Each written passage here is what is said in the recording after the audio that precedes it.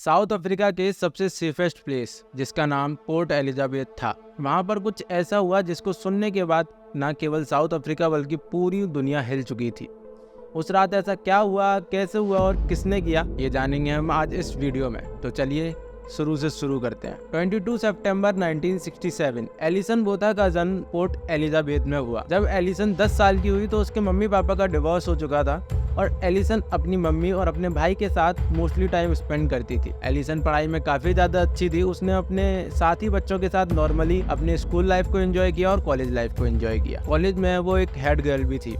जब उसने अपनी पढ़ाई ख़त्म करी तो उसने उसके बाद काफ़ी ज़्यादा ट्रैवल किया और उसको बहुत ज़्यादा पसंद था घूमना।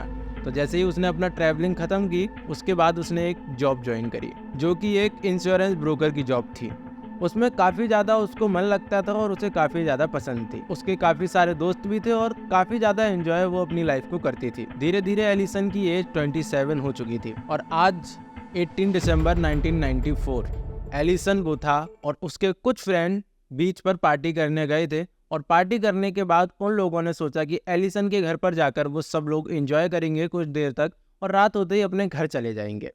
सब लोग बारी बारी करके घर चले गए थे और उसके बाद एलिसन की केवल एक दोस्त उसके घर पे रह गई थी जिसने 1 बजे बोला कि एलिसन तुम मुझे मेरे घर पर छोड़ आओगी क्या। तो एलिसन ने बोला ठीक है, मुझे कोई दिक्कत नहीं है, मैं तुम्हें छोड़ आऊंगी। एलिसन जब उसे छोड़ने गई और वो जब अपने घर पे वापस आई तो उसने अपने पार्किंग लॉट पे अपनी गाड़ी खड़ी करी। गाड़ी खड़ी करने के बाद उसने अपनी बगल वाली सीट पर जहाँ उसने अपना पर्स रखा था उसने पर्स उठाने के लिए उस साइड झुकी। उतने में जैसे उसने उधर देखा तो ड्राइवर सीट पर एक लड़का दिखा जिसके हाथ में चाकू था और उसने उसका मुंह पकड़कर बोला कि साइड हो जाओ वरना मैं तुम्हें यहीं मार दूंगा। एलिसन ने उसकी बात मानी और खुद ड्राइवर वाली सीट से उठकर बगल वाली सीट पर बैठ गई। ड्राइवर सीट पर अब वो लड़का बैठ चुका था। लड़का उससे बोलता है तुम घबराओ मत, मैं तुम्हारे साथ कुछ नहीं करूंगा, मेरे को केवल तुम्हारी गाड़ी 1 घंटे के लिए चाहिए। एलिसन काफी ज्यादा डर चुकी थी पर एलिसन ने सोचा कि अगर मैं इससे बात करूंगी और इससे जानने की कोशिश करूंगी कि ये क्या चाहते हैं तो शायद हो सकता है ये लोग मुझे छोड़ दें। एलिसन ने उससे बातें करना चालू करी और उस लड़के ने अपना नाम क्लिंटन बताया। उसने बताया कि मेरा नाम क्लिंटन है और मेरे को केवल तुम्हारी गाड़ी 1 घंटे के लिए चाहिए, मैं तुम्हें कोई भी नुकसान नहीं पहुंचाऊंगा, तुम बस चुपचाप बैठी रहो। एलिसन ने वैसा ही किया, वो चुपचाप बैठी रही और उस लड़के ने गाड़ी आगे बढ़ाना स्टार्ट करी और कुछ देर बाद चलकर उसने एक जंगल में गाड़ी रोकी जहाँ पे उसका एक दोस्त आया और वो आकर गाड़ी में बैठ गया। अब एलिसन को पता चल चुका था कि उसके साथ काफ़ी ज़्यादा गलत होने वाला है क्योंकि उसने अपने एक दोस्त को उठाया और 1 घंटे से काफ़ी ज़्यादा हो चुका था और अभी तक उसको गाड़ी वापस नहीं मिली थी। और एलिसन ने यह भी बोला था कि आप एक काम करो, आप मुझे यहीं छोड़ दो, आप मेरी गाड़ी ले जा सकते हो। लेकिन उन लोगों ने ये नहीं माना और उससे बोला कि तुम हमारे साथ चलोगी। धीरे धीरे और रात होती गई और वो लोग आगे बढ़ते गए और वो एक ऐसी जगह पर जाकर रुके जहाँ बहुत ज़्यादा शांति थी। एलिसन काफ़ी ज़्यादा घबराई हुई थी और वो दोनों उस गाड़ी से उतरे। वो उस गाड़ी से उतरने के बाद एलिसन को भी उतारते हैं और एलिसन से पूछते हैं हम तुम्हारे साथ रेप करने वाले हैं, क्या तुम हमसे लड़ोगी। एलिसन काफ़ी ज़्यादा घबराई हुई थी। उसने सोचा कि अगर मैं इनसे बोलूँगी कि मैं लड़ूंगी तब भी कुछ नहीं हो पाएगा क्योंकि उनके पास तो हथियार थे और वो कैसे भी करके ज़बरदस्ती करके उसका रेप कर ही देते। तो उसने बोला कि नहीं, मैं तुम्हारे साथ नहीं लड़ूंगी और जो तुम्हें करना है तुम कर सकते हो। उन दोनों ने यह बोला कि हम तुम्हारा केवल रेप करेंगे और उसके बाद तुम्हें छोड़ देंगे। तो एलिसन को एक होप थी कि शायद हो सकता है ये लोग सच में उसे छोड़ दें। जब एलिसन ने उनको अलाउ कर दिया कि तुम लोग मेरा रेप कर सकते हो, मुझे कोई दिक्कत नहीं है, तब उन दोनों ने एक एक करके उसका रेप किया और एक बार नहीं कम से कम 4 से 5 बार उन दोनों ने एक एक करके उसका रेप किया। और जब उन दोनों का मन भर गया उसके बाद उन दोनों में से एक लड़के ने उसका गला दबाया क्योंकि उसे पता था कि अगर हम इसे छोड़ देंगे तो हम पकड़े ज़रूर जाएंगे। उसने उसका गला दबाया और वहाँ एलिसन बेहोश हो चुकी थी। गला दबाने के बाद दूसरे बंदे ने बोला कि शायद अभी ये मरी नहीं है, एक काम करते हैं इसके पेट में हम चाकू मारते हैं। और उसने कम से कम उसके पेट पे 30 चाकू मारे। जो दूसरा लड़का था उसने सोचा कि शायद ये अभी भी नहीं मरी है तो उसने उसके प्राइवेट पार्ट्स के ऑर्गन्स को डैमेज करने की कोशिश करी क्योंकि वो थोड़ा फीमेल के प्राइवेट पार्ट से काफ़ी ज़्यादा ऑब्जेस्ड था। उसने उसके प्राइवेट पार्ट्स को डैमेज करने की कोशिश करी और जैसे उसने पेट में चाकू मारे थे उसने उसके प्राइवेट पार्ट में चाकू मारना स्टार्ट किया। उसने कम से कम चाकू 15 से 16 बार मारा। तब भी उन लोगों को थोड़ा बहुत शक हुआ कि कहीं अभी भी ये जिंदा तो नहीं है। तो उनमें से एक इंसान ने आकर उसके गले पर कम से कम 14 से 15 बार चाकू से वार किए। वो बार बार उसे चाकू से मारता गया और गले को उसके काट दिया। उसके बाद उन दोनों में बातचीत हुई कि क्या ये अब मर गई।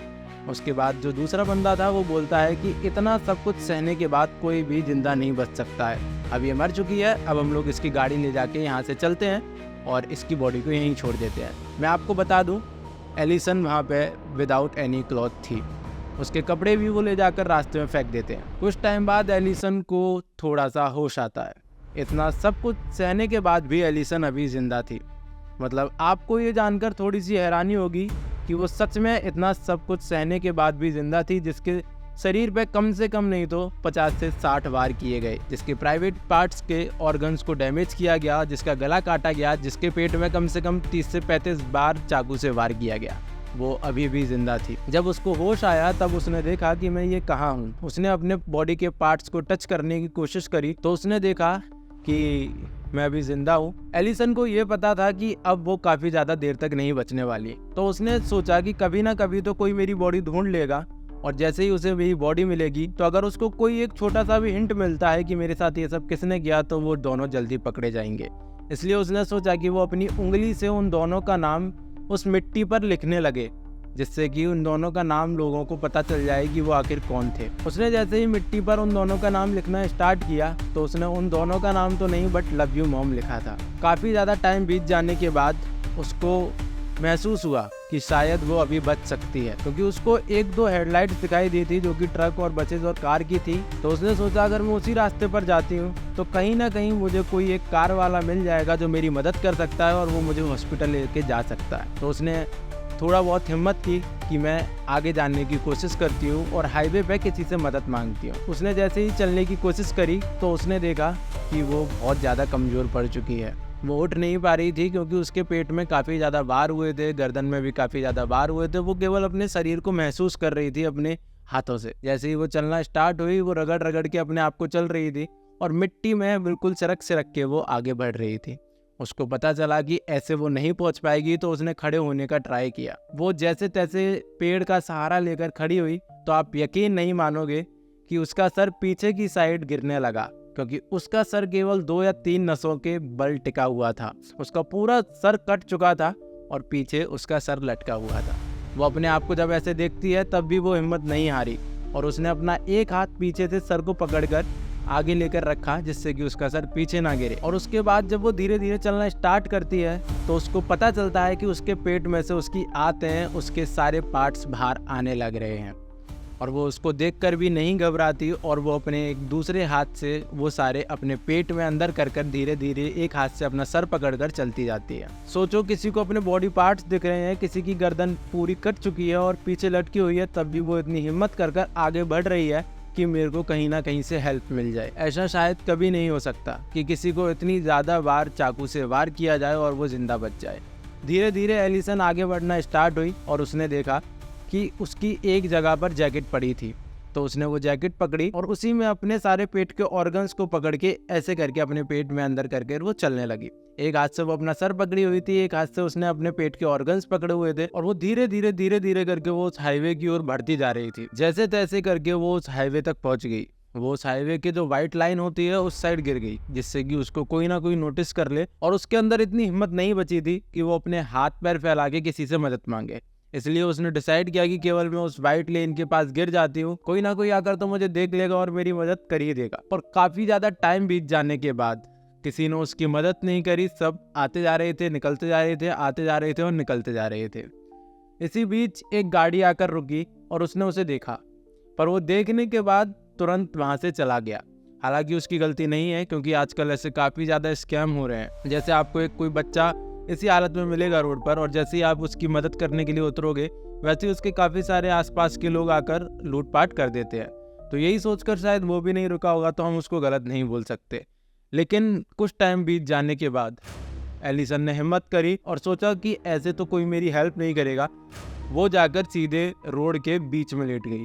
उस हाईवे के बीच में लेट जाने के बाद उससे यही लगा था कि कोई ना कोई आकर तो या तो मेरे को मार देगा, कोई ना कोई आकर मेरे लिए रुक जाएगा या फिर मुझे हॉस्पिटल तक तो लेकर चला जाएगा। जैसे ही वो वहाँ पर गई, कुछ टाइम बाद एक गाड़ी आकर थोड़ी दूर रुकती है। वो गाड़ी की हेडलाइट जलाकर देखता है कि ये सामने क्या है, और देखता है कि ये सच में कुछ खून में है या फिर कुछ ऐसा ही है, स्कैम वगैरह तो नहीं है। और उस लड़के ने वहाँ जाकर देखा तो उस लड़की को सच में बहुत ज्यादा हेल्प की नीड थी, उसकी हालत बहुत ज्यादा खराब थी। तो सबसे पहले उसने अपनी गाड़ी में से एक कपड़ा निकाल कर दिया जिससे कि उसकी बॉडी कवर हो सके। उस लड़के का नाम टियान था, वो भी एक मेडिकल स्टूडेंट था, तो जिसकी वजह से एलिसन की बहुत ज्यादा मदद हुई। उसने सबसे पहले एम्बुलेंस को कॉल किया कि भाई मेरे को बहुत ज्यादा नीड है, जल्दी आ जाओ। लेकिन एम्बुलेंस भी काफी ज्यादा देर बाद आई, और जब तक टियान ने उसका ख्याल रखा। जब गाड़ी में एलिसन को उसने लिटाया था और उसकी देखभाल कर रहा था, तो उसने देखा उसकी गर्दन में से थायराइड बाहर आ रहा था। उसने थायराइड को उसकी गर्दन में उसे बिना बताए वापस अंदर डाल दिया। एक तरीके से देखा जाए तो यहाँ पे सारे बॉडी पार्ट्स का मजाक उड़ रहा था, क्योंकि एलिसन इतना सब कुछ सहने के बाद, उसके गर्दन कट जाने के बाद, उसके नसें कट जाने के बाद वो सांस भी ले रही थी, क्योंकि उसका जो पाइप था वो डायरेक्ट सांस ले रहा था, और उसके पेट की आंतें बाहर आ गई थी और सब कुछ बाहर आ गया था, तब भी वो जिंदा थी। उसके बाद ये थायराइड बाहर आ गया और उसको अंदर डाल दिया। फिर थोड़ी देर बाद वहाँ पे एम्बुलेंस आई, एम्बुलेंस उसको हॉस्पिटल में लेके गई, और हॉस्पिटल में जाते ही डॉक्टर ने जब सबसे पहले एलिसन को देखा तो उनका कहना ये था कि भाई ये लड़की जिंदा कैसे है, कि इतना सब कुछ हो जाने के बाद कोई जिंदा कैसे रह सकता है। बट जैसे तैसे जल्दी से उसका ट्रीटमेंट चालू किया गया जिससे कि वो जिंदा रहे। और ट्रीटमेंट करते टाइम काफी सारे डॉक्टर्स तो ऐसे थे जो ट्रीटमेंट करने से मना करके भाग गए कि भाई हम नहीं कर पाएंगे। काफी ज्यादा लोग आए, बाहर से डॉक्टर बुलाए गए, और जब उसका ट्रीटमेंट हुआ और जैसे ही ये बात पुलिस को पता चली, वो जाकर सीधे एलिसन के पास जाते हैं, और इतना थोड़ा बहुत इलाज उसका हो गया था जिससे कि वो बोल सके।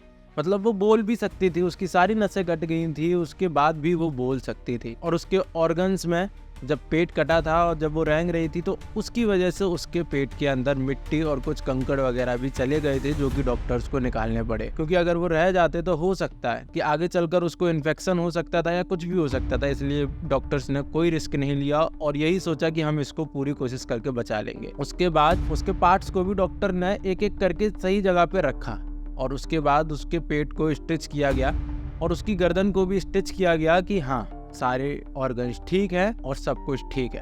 और एलिसन, आप विश्वास नहीं मानोगे, वो जिंदा बच गई, वो आज भी जिंदा है। और पुलिस वालों को जब उसने बताया कि मेरे साथ ऐसे ऐसे हुआ है, पुलिस वाले भी यही सोच रहे थे कहीं उनके साथ कोई मजाक तो नहीं कर रहा। मतलब इतना सब कुछ सहने के बाद कोई जिंदा कैसे बच सकता है, क्योंकि आप भी यही सोचोगे कि कोई 40 से 50 बार चाकू के सहकर, वो भी उसकी गर्दन कट चुकी है, पेट कट चुका है और उसके प्राइवेट पार्ट्स के ऑर्गन्स डैमेज हो चुके हैं, तब भी वो जिंदा कैसे थी। पर हाँ, एलिसन वो था, अभी भी जिंदा है। उसके बाद उसने पुलिस को पहचान कराने में मदद करी कि उसके वो अपराधी कौन थे। जिसने अपना नाम क्लिंटन बताया था और जिसने उसको किडनैप किया था, उसका रियल नाम फ्रांस था, और उसने जो अपने दोस्त को उठाया था उसका नाम थ्योइस था। और उसके बाद पुलिस वालों ने अपनी फाइल में चेक किया कि ऐसा कोई था जिसने पहले ये क्राइम किया है या नहीं, तो पता चला वो काफ़ी सारे क्राइम ऑलरेडी कर चुके थे और अभी कुछ दिन पहले वो जेल से छूट कर आए थे। मतलब यकीन मानो, वो लोग जेल से छूट कर आए थे और उसके बाद एक और क्राइम किया। उसके बाद उन दोनों को पकड़ा गया और जब उन्हें ये पता चला कि वो जिंदा है तो वो सच में बौखला से गए कि ये जिंदा कैसे बच गई। बट हाँ, उसके बाद उन्होंने कोई भी सफाई नहीं दी और अपना जुर्म कबूल कर लिया, क्योंकि उन्हें पता था कि आसपास के लोग काफ़ी ज़्यादा गुस्सा हैं, मीडिया वाले लोग काफ़ी ज़्यादा गुस्सा है, तो मैं अगर बाहर रहूँगा तो नहीं बच पाऊँगा, कम से कम अगर जेल में रहेंगे तो हम जिंदा रहेंगे। इसलिए उन्होंने अपना गुनाह कबूल करते हुए सब कुछ बता दिया कि हमने ये किया, क्यों किया, कैसे किया। और जब पूछताछ हो रही थी, फ्रेंड्स ने पुलिस वालों से कहा कि अगर एलिसन जिंदा है तो उसको ये रिंग दे देना, जो कि एलिसन की थी। जब वो उसका मर्डर कर रहा था तो वो निकाल कर लेके चले गए थे। उन दोनों को गिल्टी पाया गया और उन दोनों को उम्र कैद की सजा सुनाई गई। और आज हम लोगों के बीच एलिसन बोथा एक मोटिवेशनल स्पीकर बनकर हम सबको प्रेरणा देती हैं और अपनी कहानी सुनाती हैं। उनके ऊपर काफ़ी सारी बुक्स भी बनी, उनको काफ़ी सारे अवार्ड्स भी मिले। पर एक काफ़ी ज़्यादा हैरान कर देने वाली बात, उन दोनों मुजरिमों को 28 साल बाद 2023 में बेल दे दी गई। जी हाँ, उनको बेल दे दी गई और वो अब आराम से घूम रहे हैं। जब एलिसन से पूछा गया कि अगर तुम्हें ये पता चला कि उन दोनों को बेल मिल गई है तो तुम्हारा रिएक्शन क्या होगा, तो एलिसन ने साफ साफ बोला कि काश वो दिन कभी ना आए जब मुझे पता चले कि उन दोनों को बेल मिल गई है। तो दोस्तों, ये कहानी एलिसन बोथा की थी, जिसने काफ़ी ज़्यादा संघर्ष किया अपनी ज़िंदगी बचाने के लिए, और सच में वो काफ़ी ज़्यादा हिम्मत वाली लड़की थी, क्योंकि अगर यहाँ पे कोई भी होता तो वो अपनी कटी हुई गर्दन देखकर और अपने ऑर्गन्स को बाहर निकलते हुए देखकर शायद वही हिम्मत हार जाता, क्योंकि किसी में इतनी हिम्मत नहीं है जो अपनी कटी हुई गर्दन देखे और अपने ऑर्गन्स देखे तब भी वो जिंदा रहे। तो एलिसन वो था कि ये स्टोरी सीरियसली काफ़ी ज़्यादा मोटिवेटिंग है और काफ़ी ज़्यादा हमें सिखाती है कि जब तक हम नहीं सोचते कि हमारी लाइफ ख़त्म है तब तक वो लाइफ ख़त्म नहीं होती। अगर आप इसको और अच्छे डिटेल्स में देखना चाहो तो आप इनकी डॉक्यूमेंट्री देख सकते हैं, जो कि एलिसन नाम से ही है। काफ़ी सारी इनकी बुक्स हैं, वो भी आप पढ़ सकते हैं। और अगर आपको ऐसी केस डॉक्यूमेंट्री सुनना पसंद है और देखना पसंद है तो आप चैनल को सब्सक्राइब करो। वीडियो अगर पसंद आई हो तो लाइक करो और कमेंट में एक छोटा सा वर्ड एलिसन वोथा के लिए ज़रूर लिख कर जाना। मिलते हैं अगली वीडियो में।